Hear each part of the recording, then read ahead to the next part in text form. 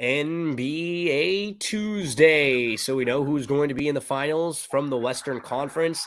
It's no surprise. It's the team that was the number one seed all year, Erik. I think what happened with them, Denver was so good early in the year, and they established such a nice, comfortable margin over everyone else in the West that the last month or so, they were just kind of coasting. And we got to be honest, they really weren't playing very good basketball because they didn't have to. Like, Jokic was in and out of a lot of games. He basically just threw away any chance he had at winning the MVP. And you know what? It was the greatest call that they could have made. Their team is a little bit more rested right now. Their top 6 players, what we kept talking about, their top 6 were just better than the Lakers' top 6. Their top 2 were better than the Lakers' top 2. All the way up and down, and they have been really impressive. Even last night, they won games by 5, 6, and 2 in this series. That's just making plays down the stretch. That's like in a fight when you're back and forth and back and forth. It felt just like the Lakers could never land that final punch in any of these games.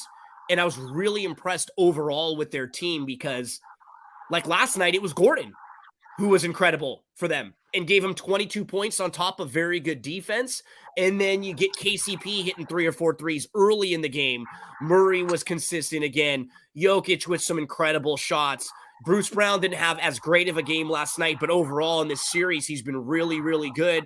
And then for the Lakers last night, unfortunately, Rui wasn't quite as good, right? And it was just a game where they needed a little bit more. That's sort of how the whole series was for them, Erik. And I want to make sure Denver gets a lot of credit because this, to me, didn't feel like a series that the Lakers lost.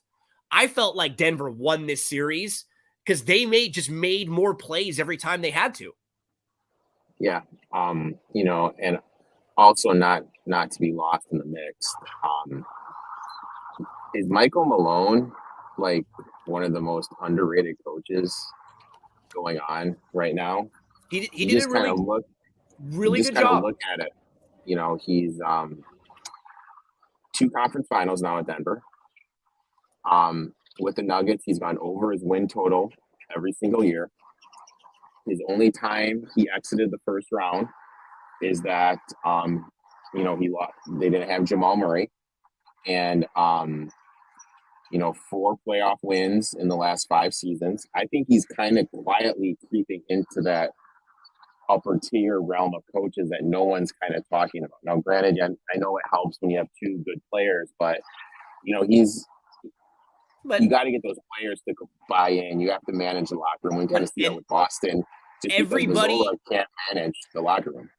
And I was going to say, think about all of the teams that are at this level of the playoffs are close, or the teams along the way.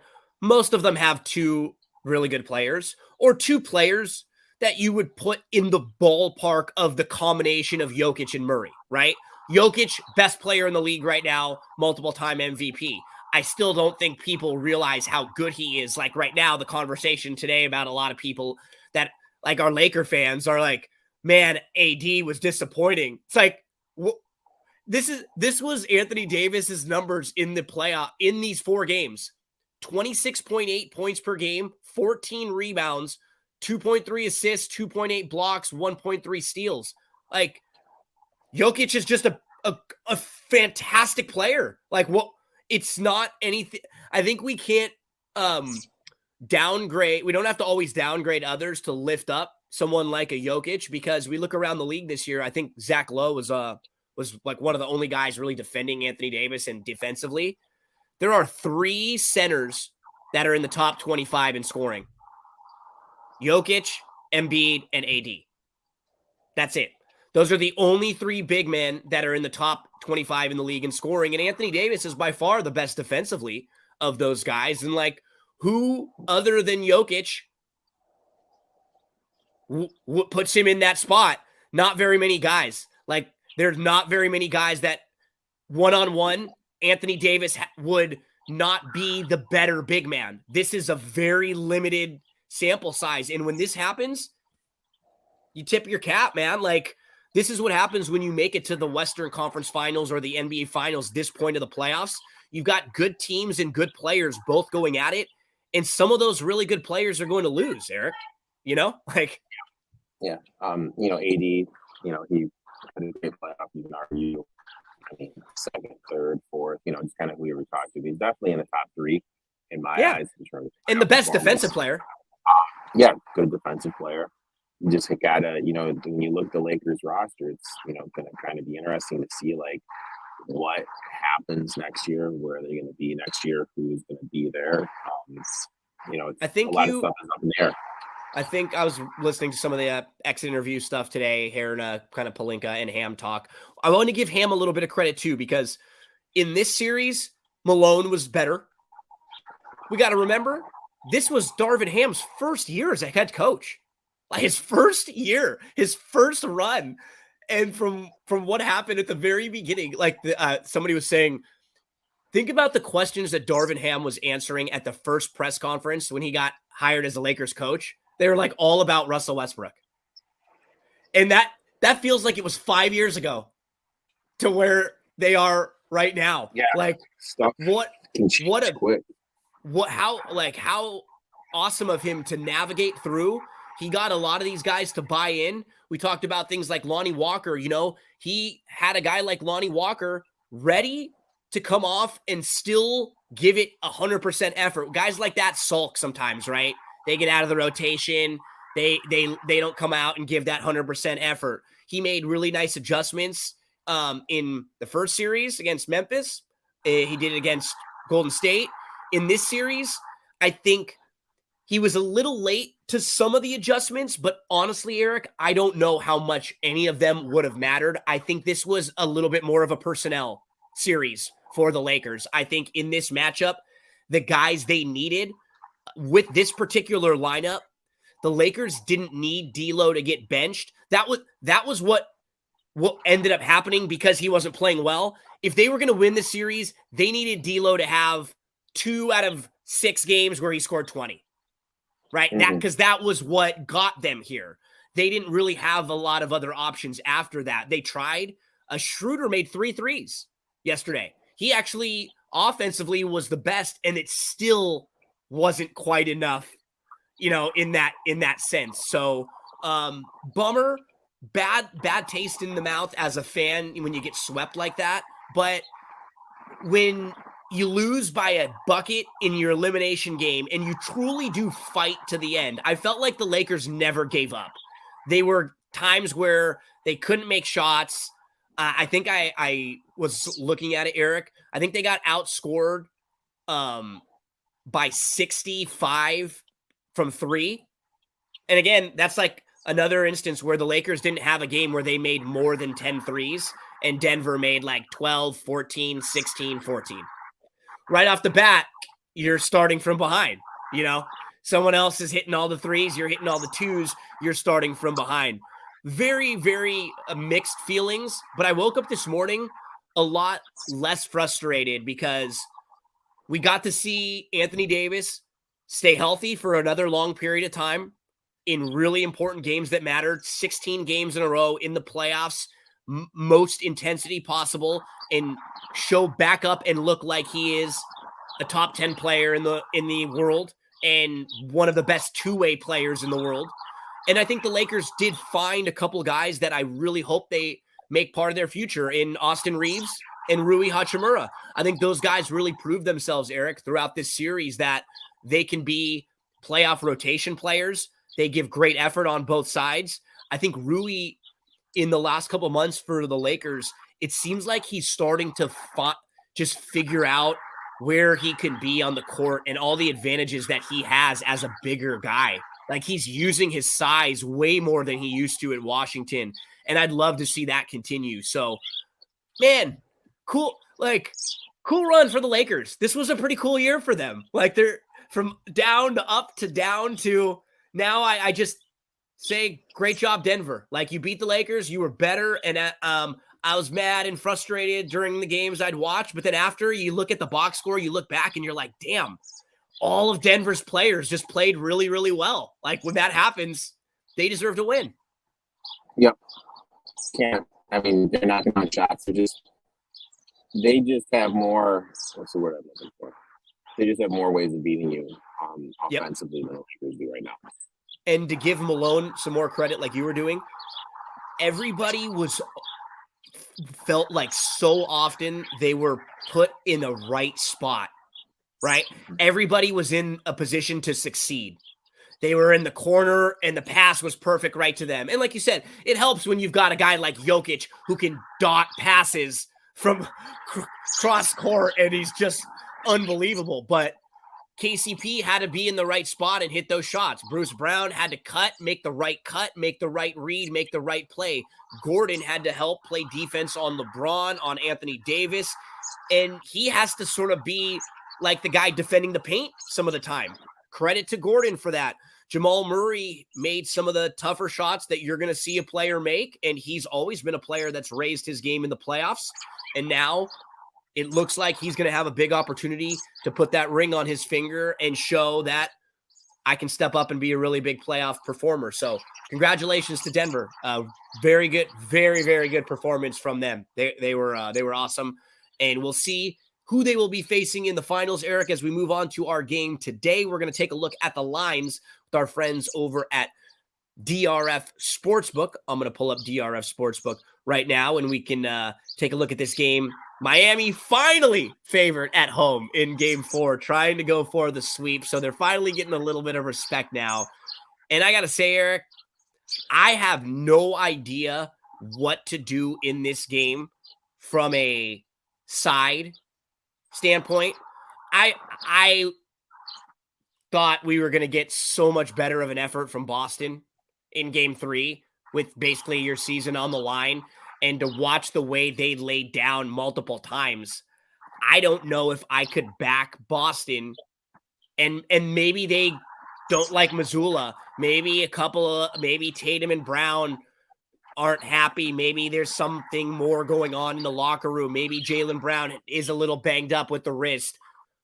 Maybe there are these things happening. I don't trust them. They still have the better team. Any of these games, if they were to show up and their guys hit all their shots, it would not shock me to see them win by 10. But the only thing I really trust is the effort I'm going to get from Marcus Smart. That's what I think I'm going to get from Boston. I'm going Smart over 12.5 points. And Erik, you and I didn't talk. I have 2 plays in this game. You have 1, but we both attack Marcus Smart. You're going to go points, rebounds, assists. I don't know if I trust anyone else but this guy. He may go over as far as shooting, but he's not going to be scared in the moment out there. I think you're going to get a good half at least from him. So we're both rolling with Smart. Yeah, just kind of looking at it, like you said, I really don't know what to do on the side. You kind of look at it. We all know Miami is due for some shot regression. Okay, Boston just lost by 20. But when you look at it, teams that lose game 3 by 20 or more, those teams the following game are only 40% in game 4 against the numbers. So it's really hard to trust that big of a trend when it's since the start of the century, since 2000. You know what I mean? It's kind of crazy, okay, to trust the Celtics, but we all know this shot regression from the Heat is coming. Caleb Martin, Gabe Vincent, those guys are going to continue to knock down threes. Duncan Robinson, like getting to the rack, that stuff is going to go back to the norm. But the Celtics team, it came out, someone put it out there. Jaylen Brown wasn't happy. And that should have been a tell sign to us when they went 6 games with the Atlanta Hawks. That should have been a tell that this team just isn't right. Losing to the Sixers the way they did in game 1. So we shouldn't really be that surprised when you just look at the big scheme of things that this team is in this position. But the one thing I know is Marcus Smart is going to try. You just kind of look at his last 5 elimination games. He's gone over this number, points, rebounds, assists in 4 out of 5. The only game he did it was that game against Philly that they just had, which was an absolute blowout. You look at his last 10 elimination games, he's gone over this number 9 out of the last 10. again, the last game against Philly was the only one he didn't because the game was never in doubt. And he's gone over this in 2 or 3 this series against the Heat. I think, he's going to get the assist, attack with the rebounds, and look to score. He's not going to be scared. I'm going to go to him. I want to take the Celtics like first quarter, first half, but I just couldn't do it. I mean, I can't trust them, man. I can't. You have to think of it like this. Like, it takes a different breed of person to have the mental capacity to understand, okay, oh man, you know what? We're down by 6. We're down 3-0. They just went on a run. You know what I mean? Let's do it. Let's try to win this game, then win a couple in a row. And then the stuff about Al Horford leading the huddle and not Missoula. I mean, this thing is just an absolute wreck. Missoula, in the last game, his assistant coach has to come and tell Missoula to take the starters out, like publicly, too. He's like, get these starters out of the game when they're down by 30. And that's just like, there's this weird stuff like going on with that staff, with the guys. Like, do they trust him? I don't love it. And again, it's hard for me though to continue to look at these series and not think that there could be one game where Boston just plays well. Even if they're not going to win this series, could they have one game where they just shoot well early and then they're up 10 and they can continue to front run? Sure, but I'm not going to play that. Like, I can't back that. You mentioned one, and I this is my other play for today. I'm just going Gabe Vincent under 12.5 points. So Gabe Vincent's last game, he had 29 points. He was 6 of 9 for 3. In the 3 games this series, he scored 15, 9, and 29. Prior to that, he had games of 7, 6, 3, and 5. This number got way ballooned because he hit 15 and he hit 29. He had a stretch where he wasn't in double digits for 4 consecutive games. And when you hit 6 threes and 3 threes, 6 for 9 and 3 of 5 from 3 in the 2 games this series, the other game when he was 1 for 4, if he goes something like that, he's going under this number again. Like you said, it's just not something that's sustainable. Even with the guy like Jamal Murray. Jamal Murray went under last night, right? Yep, he went under. He had a great game, but it was 20. Did he finish with 25? 25, 24.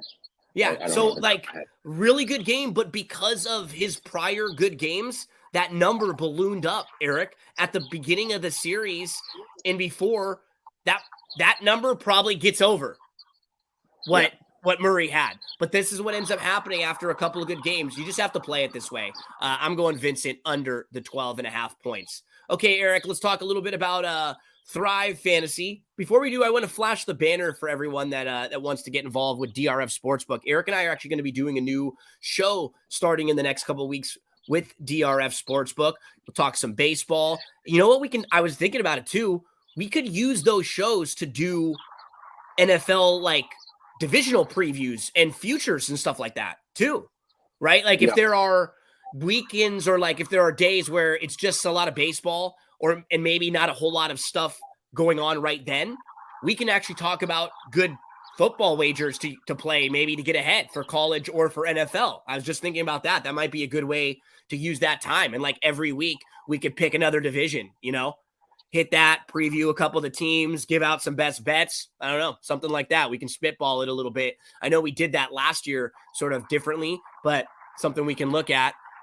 DRF Sportsbook, $1,000 deposit match when you use the promo code FAST1000. Sign up right now if you are in the state of Iowa. They will be coming to more states. When they do, we will let you know. DRF Sportsbook. Okay, Erik, for Thrive Fantasy, what we love about Thrive Fantasy, it's a DFS site, but it also gives you the opportunity to wager on props. You can bet on props by parlaying them. When you do so, they give you better payouts than if you were to bet a prop parlay with any other site. So I'm going to pull up Thrive Fantasy right now and take a look at the website. What were you looking at tonight for Thrive? Smart? I'm obviously going to go to Smart. It just makes sense with the game there. And the one I'm going to parlay him with is I'm going to go Jimmy Butler under the 41.5. he's gone over this, 2 or 3. Gone under this 2 or 3. Either the last 2 series, he's only gone over this 3 times. Excuse me. It's just this thing's still overpriced in the Jimmy Butler narrative, which I mean, it's kind of like when you kind of think of it, when you look at someone that has never won a ring, and like he just kind of gets. It's kind of weird how everything's shaped up. This guy's getting a pass that we've never really seen anyone else get before. Yep. So we got your Marcus Smart over Jimmy Butler. Let's put this one in for Erik. $5 parlay would get us back 16. I'll put mine in where I'm going to go Marcus Smart over the points. And I am going to go. Did we have a Vincent just points up on here? I think they only had I think they had the points and rebounds for Vincent. So I'm going to go under, or they got the points, rebounds, assists. Yeah, I'll go points, rebounds, under for Vincent, the 14.5. So that's my parlay. We're both playing smart, but that was the one player that we both feel like we can trust in this situation. I've been very disappointed with the lack of fight and effort from the Celtics, and maybe they come out and win this game and they can win a couple games and make it a series. But just seeing how they've laid down in a couple of these games, and just compare it again to like a team like the Lakers who got swept, but you never saw them quit in any of these games.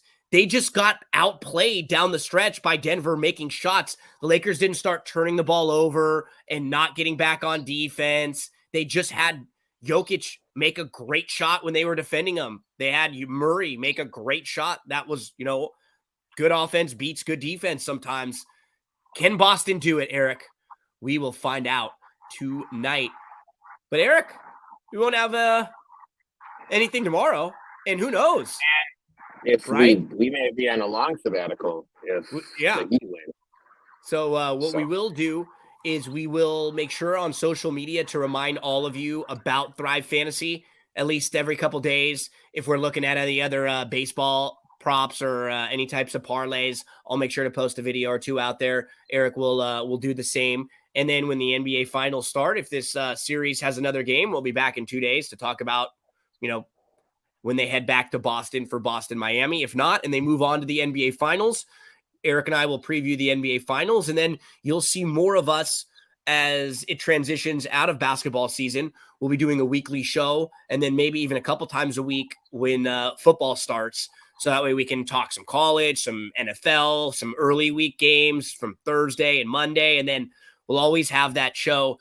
Always, man, I think my favorite show and my favorite thing that we do together is the Sunday morning football show where we get a chance to just dive through all the games real quick and really preview all of the games. Because I think you'll see and hear a lot of other shows where they'll pick out 2 or 3 games to talk about, but we're always talking about all of them, whether or not we're betting that game, whether or not we love it, because you can always help someone that may be listening and needing a little bit of help on that game, or maybe they're just a fan, or maybe they're curious how the teams might match up with each other, and looking forward to that, man. So if this is the end of the conference finals, thanks everyone for hanging out with us, and we'll be looking forward to talking NBA finals with you very soon. Just make sure to stay tuned and follow along with both me and Erik on social media. That way you'll always be able to know everything that's happening.